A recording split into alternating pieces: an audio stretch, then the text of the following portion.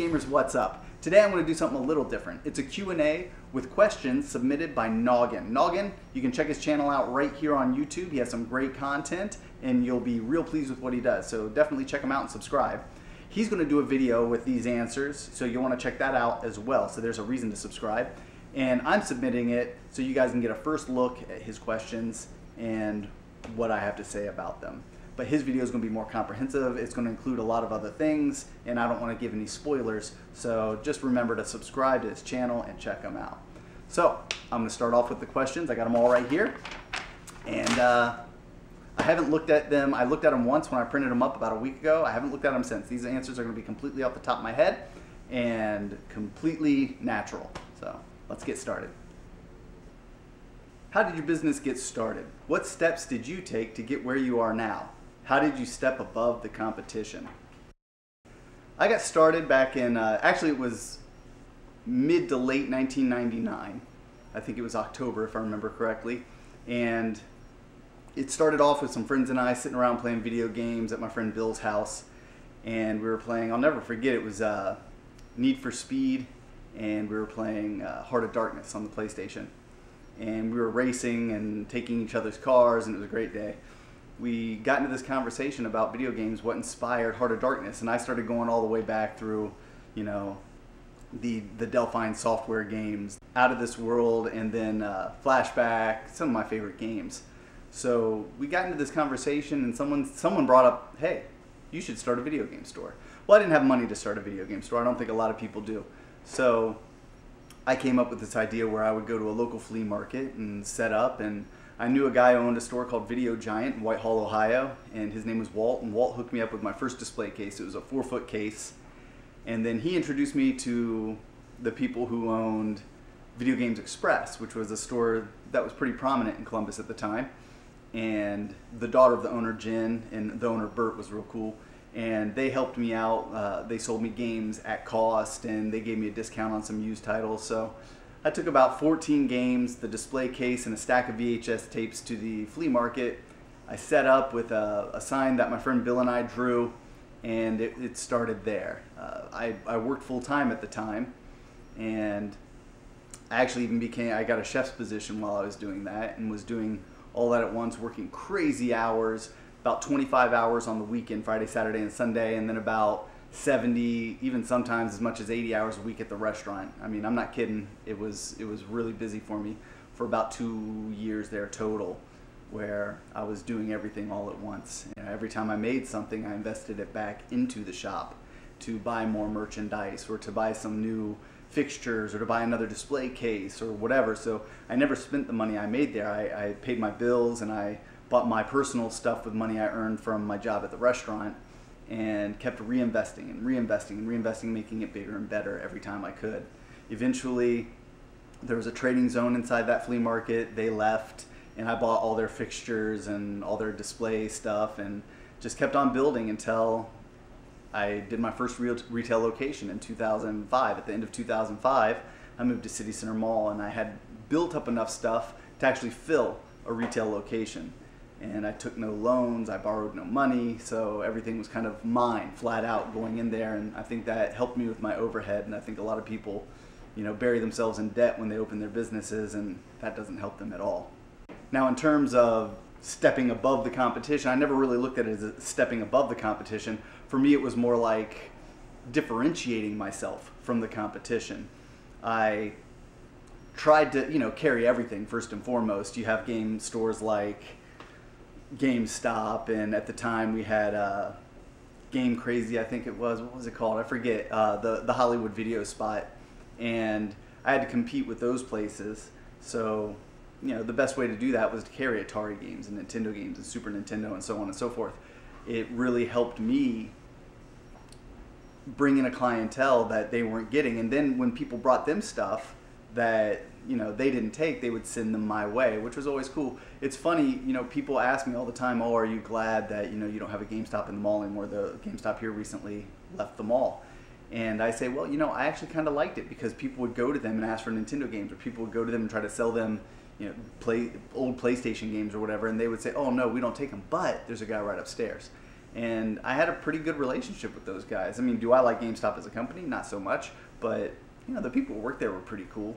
So I always had people coming via them, which was nice. But staying like separate from them and differentiating myself from them is what really helped me make my strides in business and make myself successful. I started carrying the wallets and keychains and belt buckles and accessories and toys and anything I can get my hands on that other video game stores don't sell, I order in. And it not only helps fill up wall space and make my store look more full, but it gives people the option to buy stuff that they wouldn't otherwise find at a video game store. And I think that's what really helps me differentiate myself from the other stores. What's most important about running a game store? What does it take? Well, I'd say, as I mentioned in my last answer, keeping your overhead low, I think, is one of the most important things. You don't get into this business if you want to become mega rich. You don't get into this business if you think you're just going to make a bunch of money and play video games all the time. That's not the truth. Don't ever take something you love and make a job out of it and expect to love it and make a fortune, because that doesn't always work out. Becoming a multimillionaire doing business is like getting famous as an actor. It happens, but it doesn't happen to many. I do this because I love it, and I want to share the retro experience with other gamers, and that's what really keeps me going and keeps my business going strong. That's what it takes. You have to love what you do, and taking something you love and making a job out of it is not always the best decision. Now, as for keeping your overhead low, that's of massive importance. I work a lot of hours. You can't just start a business and walk away from it and expect it to make a lot of money. You have to persevere, you have to be constantly present, and you have to run it. You have to do everything you can to keep it running and keep it running efficiently. So I work 40, 50 hours a week at a minimum. During the holidays, I'll bust 70, 75 hours a week. And that's not unusual. I'm willing to do the work. And I'm willing to pay myself one base pay whether I work 40 hours or 70 hours. I don't pay myself like a rock star. I don't take all the money the store earns and go and buy myself big TVs and all that. I reinvest everything I can. I pay myself modestly. I keep my overhead low, and that's what really keeps the business going more than anything. Again, I'm not doing it to get rich. I'm doing it because I love what I do, and I think that's the most important thing. Have you ever personally been given backlash for being a gamer or a game store owner?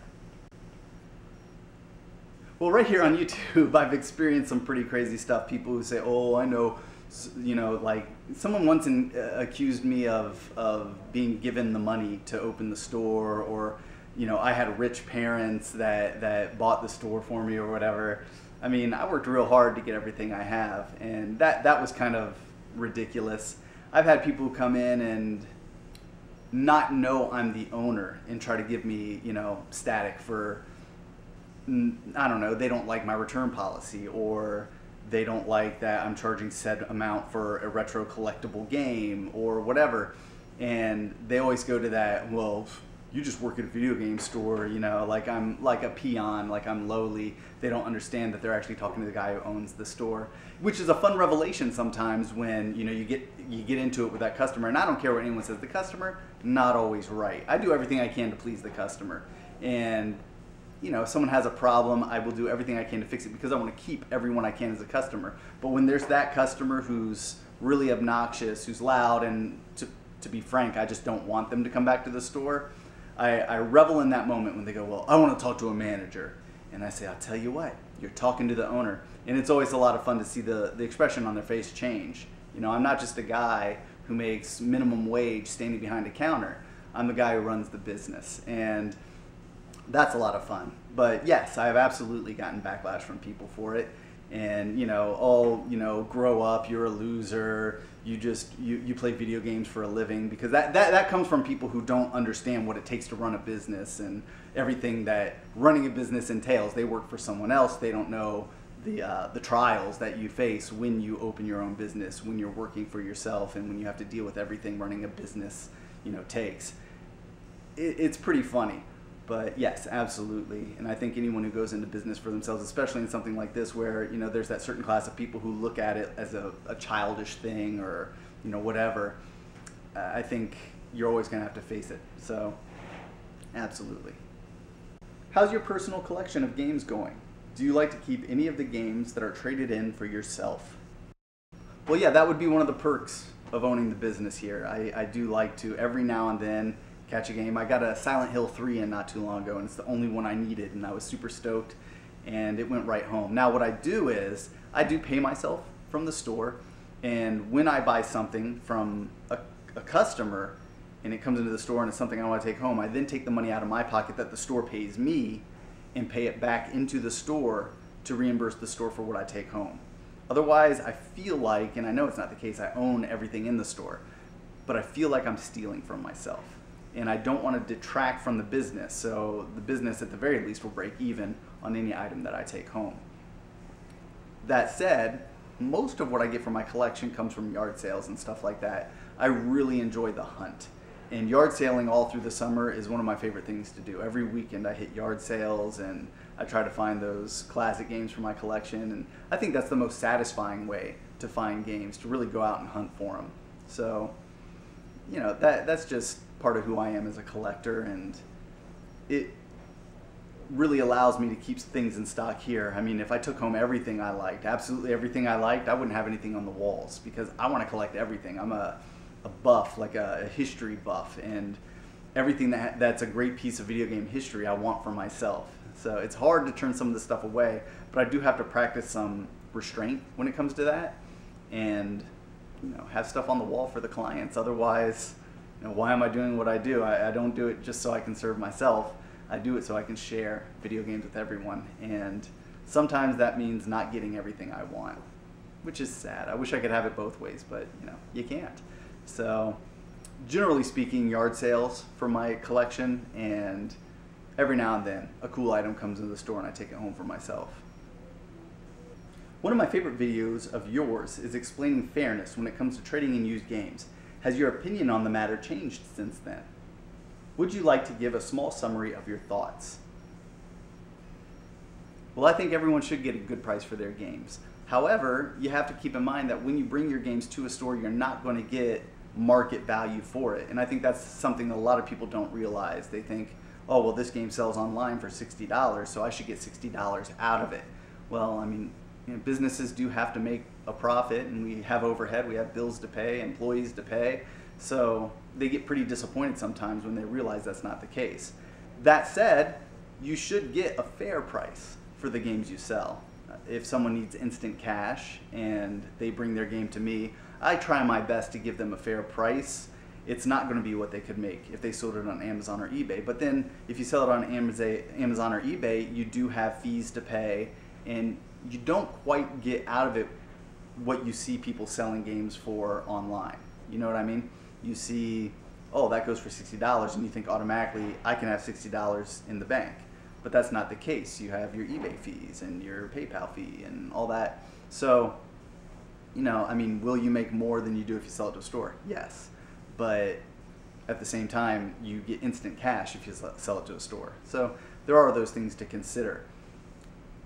That said, I do think sometimes stores like GameStop offer a little too little when it comes to what they offer for their games. And nowadays, I search the GameStop site when I offer my prices. I spent many years developing a scale that's based on percentages of resale value that I can offer people money for their games. And now I even take it a second step, and as I'm punching up each game, I punch it into the GameStop and look at their values to make sure I'm absolutely giving more for these games than GameStop will. It's twofold. One, it helps me rest assured that I'm giving the best deal I can. And two, when people try to say, oh, well, GameStop offered me set amount, I can say, no, actually, GameStop will offer you this much or this much if you have the Pro card. And that pretty much keeps things on the straight and narrow with the customers who want to try to, you know, leverage other prices against me or whatever. Now, if someone says, hey, this video game store over here, this independent store offered me more, sometimes I'll turn it away and say, hey, well, you know, if you can get more, that's cool. Maybe I sell it for less than that guy and I can't give as much for it, whatever the case may be, because, you know, sometimes this, you know, grading and selling of used games is kind of an arbitrary scale. You can't say for sure, well, this label is a little worn, so I'm going to sell it for this much, and this label is pristine, so I'm going to sell it for that much, and the way I rate games may be different than the way he rates games. So it's always going to be different from store to store. Now, I try to give what I consider fair, and I try to sell the game for what I consider fair, so I can't give too much for a game that I'm only going to sell for a set amount. But my view on the whole topic hasn't changed at all. I believe that people should get a fair value for their games, and I try to be the guy to give them that. And sometimes the customer is super happy with what I offer, and sometimes they're not, and that's part of doing business the way I do business. So, at what points do you deny someone's game from being traded in? Yeah, well, sometimes, something's totally trashed and I can't take it. I mean, if it's broken and beyond restoration, if there's nothing I can salvage from it, then oftentimes, that's the thing I'll turn away. But that doesn't happen too often. I mean, if there's one part on that console that I can use, normally what I'll do is I'll say, hey, look, the console's trashed, it doesn't work, whatever the case may be, but I can use it because I want these switches and I want the power cord and I want, this and that. So I'll give them parts price for it and I'll buy it off of them if they're willing to sell it for a little less. That comes in real handy sometimes when I get a console that, functions properly, but maybe the case has a broken switch, or, maybe the case is perfect, but a board inside doesn't work, and I can take it from that trash console and put it in there and have a working console. So there's very few items that I will turn away, although it has happened on occasion. Looking at all your store tour videos, keeping yourself stocked doesn't seem to be an issue, but at my locally owned game stores, they often face that problem. What do you think gets people to trade their games to you and not the competition? And what do you think is most important to attracting customers? Actually, that kind of is a big issue for me. People don't often want to walk through a mall carrying a big box of stuff. That's one reason that I'm as close to the door as I can be. I'm right by a main entrance. And when people call and ask, I say, hey, parking lot C, we're one of the first doors you see when you come in. But no, it is a big deal. Trying to keep games on the wall, trying to get people to trade games in constantly. And part of the reason I get some good trades in is because I get a lot of walk-by traffic. So people talk and they see the store and they say, oh, I have some games at home. They just happen to be at the mall. They didn't even know I was here, but now they do, and they have some games at home. But that's also part of the reason that I order in all those accessories and bags and buckles and all that stuff, because stocking the store and making it look full and complete is part of what keeps people interested in the store. You have to have things on the wall. If people walk in and it's empty, then they're not going to be very inclined to come back. And if they don't see something that they think is neat or something that they want to tell their friends about, then they're just going to walk out unimpressed, and you'll never see them or any of their friends that they might tell about it, or experience that business that you could later have if they were impressed when they walked out. So I try to keep it full and stocked, and when I can't rely on customers bringing me stuff, then I'm online hunting. And sometimes I buy lots on eBay. I spam Craigslist to try to get some extra people in that week. And sometimes it just comes down to ordering things from distributors that aren't quite video games, but are video game related, that I can throw out on the wall and I can throw out in the cases, and people will come in and see and they'll ooh and ah over.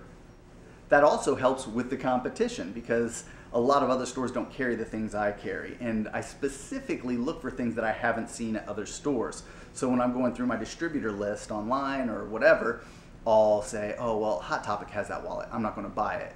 Or Spencer's has that wallet, I'm not going to buy it. Or I saw that keychain over at this store. I try to keep stuff that is completely original to my store, so people don't go, oh, well, I can also go get that over there. And that really helps you with the competition. You have a bunch of unique stuff that people know they have to come back to your store to buy. Some of my local game shops are also plainly decorated, meaning no decor at all. Do you think this affects customers? Well, yeah, absolutely. I spent many years cooking before I started doing this full time. And one of the most common phrases we used in the kitchen was, the first taste is with the eye. Presentation is oftentimes just as important as how good the product is. So when people walk in the store, they need to see something that pops. They need to see something that stands out to them. They need to say, wow, this place looks cool. So, I'm trying to do as much as I can. In the new store here, I hang wall scrolls from the ceiling. I use bright colors that would stand out. And when people are standing away from the store looking in, the store pops from across the other side of the mall. And that's what I want people to notice. I want people to say, wow, I got to go into that place. Because if you have a plain place, if you know, they don't see anything interesting from far away, then why are they even going to attempt to get closer to it? And once they come in, the decoration of the store itself, the paint job, the way things are displayed, the marketing in general, I think that's all very important. So, and I think anyone in marketing would tell you the same thing. You know, that they have to see something they like before they're going to bother coming in. And once they're in there, they have to see more that they like if they're going to come back. There's a small controversy I'm aware of about what GameStop does with their unsold products. They completely destroy and dismantle games and controllers before throwing them away. Personally, I can see both sides of the situation, but I was wondering if this sounds like a normal business practice, or if you do this at all. If not, what do you do if, for example, say your 50th copy of Madden 2005 has been taking up space in your store for many years? What do you do? Yeah, as far as I know, this is a pretty normal practice. My sister used to run a Blockbuster back in the day, and they did it also. GameStop does it. I'm sure other companies do it. Why they do it, I'm not 100% sure. I mean, I guess people always say, well, they could donate those games. They could give those games away, blah, blah, blah. Well, you can't really give games away because then people will try to get stuff for free that normally you would make money off of, and you can't run a business giving stuff away. It's really a difficult thing to deal with, having old stock on your shelves, tons of copies of Madden 2005. Now, what I do personally is I destroy nothing. Absolutely not. I would never do that. But if I get too many copies of, say, Madden 2005, for example, I'll just turn down the next one that comes in. You know, a lot of times old sports games come in, and I mean, if I'm only going to sell it for $1, I can't offer much for it. If I know it's going to sit on the wall forever before someone buys it, I'm not going to get much for it. So sometimes I'll take a stack, and as I'm filtering through it to determine what I'm going to buy, I'll set aside a stack of games that I won't buy. I'll slide those back and I'll say, hey, I can't use those, but these I can take. I don't like turning anything away. But at the same time, I'm not going to offer them a nickel a piece for games that I'm never going to sell, that are going to sit on my wall. And another thing to consider is that I don't want a bunch of sports games on my wall. A couple, yes. A big stack of old Madden games, absolutely not. Because I know as a gamer going into a video game store, if all I see are a bunch of old sports games, chances are I'm not going to be interested in what they have, or maybe not even come back. And I don't want people thinking that of my store. So I don't do it. But I understand that they do it. I don't quite understand why.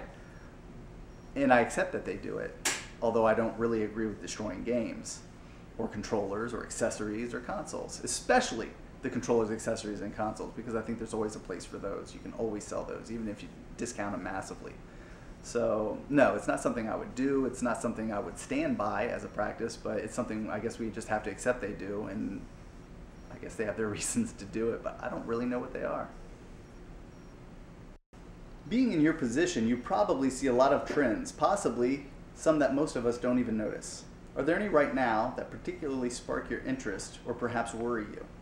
What do you think of this quote by Lorne Lanning? Capitalism is killing gaming. Well, actually, that quote is exactly what worries me about gaming right now. And I don't think it's so much capitalism that's killing gaming, although that's a major part of it. I think it's the casual gamer currently is killing gaming because they are the primary market. So now these companies, EA, Activision, so on and so forth, look at who their primary market is, and they market directly to them rather than us, the hardcore gamers, the old school gamers, and they don't offer us the content we want or the amount of replay value we want. I always talk about games that have really shallow gameplay. All they focus on is online, or they only have a 5-hour story mode. And that really bothers me about gaming today, because I remember a time when games were full of content and tons of replay value, and I had a lot of fun playing them. It's not something I see as often now. The DLC thing is really upsetting. They're really taxing us as gamers for the content we do get, it just seems unfair to me. I don't like buying a game and on day one there's an amount of DLC equal to the price of the game, if not more in a lot of cases. It's just not cool because I'm not into that content. I'm into content on the disc that I can play 20 years from now. Like I can play my old Super Nintendo games, like I can play my NES games or my Atari games. And these games, these new games with shelf lives that aren't going to last 20 years because they'll be unplayable without this patch, or they won't have all their content. It just seems like really unfair to me, and I don't like what's happening in gaming along those lines. So yes, I find it very worrying, if not just downright disturbing. And I think it's definitely part of this capitalistic view of these big time developers and publishers, you know, where the bottom line is more important than their clientele. Let's look to the future. Do you worry that perhaps, if not the next console generation, but the one after, that gaming will turn into digital-only systems? In this event, what would that mean for your store? Side note, I've noticed over the years that you've been stocking up more and more on gaming merchandise, wallets, keychains, and controllers. Do you think that may become the main thing you sell? Actually, yes, I absolutely predict that not the one after. I think this next gaming generation, I think about 8 years from now, we're going to have a PS5 and an Xbox whatever and a Nintendo whatever, that we're going to see consoles that are released without disk drives. They're going to operate completely on a digital distribution business model, and I'm not happy about that. No one is. At least no one around my age is, or no one who digs retro games is. The problem with it is that gaming generations, I mean console to console takes so long, but gaming generations as far as gamers go happen very quickly. You know, every few years there's a new batch of new gamers who have never gamed before. You know, the gamers who are 8 years old today, in 4 years are going to be wanting to play what they consider to be hardcore games, which are really these days casual games in disguise. And they see more digital distribution. They don't know what it's like to live in an age where gaming offered you a full experience in one media package. You know, you bought a disc, you bought a cartridge, you plugged it in, you had the full game. They don't understand that, they don't know that. And they're seeing more and more games sold on Xbox Live and PSN and Virtual Console. So they look at this and they think it's normal. And then the gamers, the next 4 years after them and the next 4 years after them, they're not going to know at all what it's like to have a physical game in their hands, because digital distribution is taking off, and it is something that a lot of people buy into, unfortunately, and it is the way of the future. What that means for me as a store, well, that means I'm not going to have any merchandise to sell aside from retro games. Now, I have future-proofed myself. I have bought into another company. I own a third of another company outside of that, and I have a vision for what I want to do if retro gaming ever collapses and burns all around me, and I will stick to that.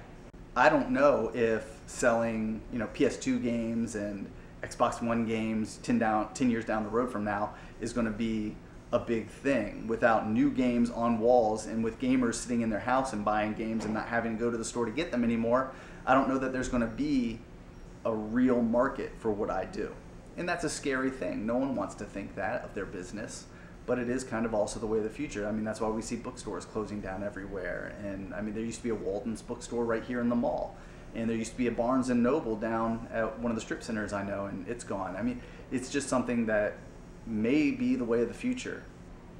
We don't have to like it, but these companies, they want as much as they can get out of their games. They hate the used game market, and they want to eliminate it as quickly as possible. I see it as the end for stores like mine, for stores like GameStop.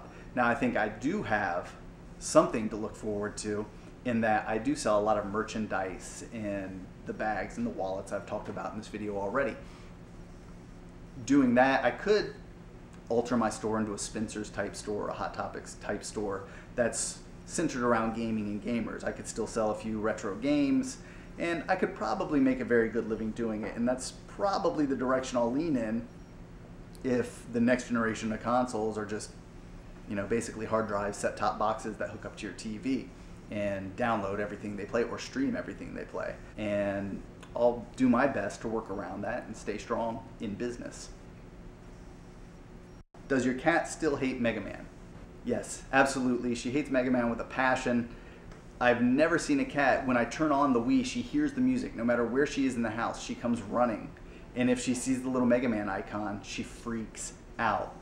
The funny thing is, if I ever turn on the other Wii where I don't have Mega Man, she comes running and then she just looks at it confused. She genuinely comes when she hears the music specifically to attack the Mega Man icon on my Wii. I don't know what her beef is. Maybe she works for Wiley.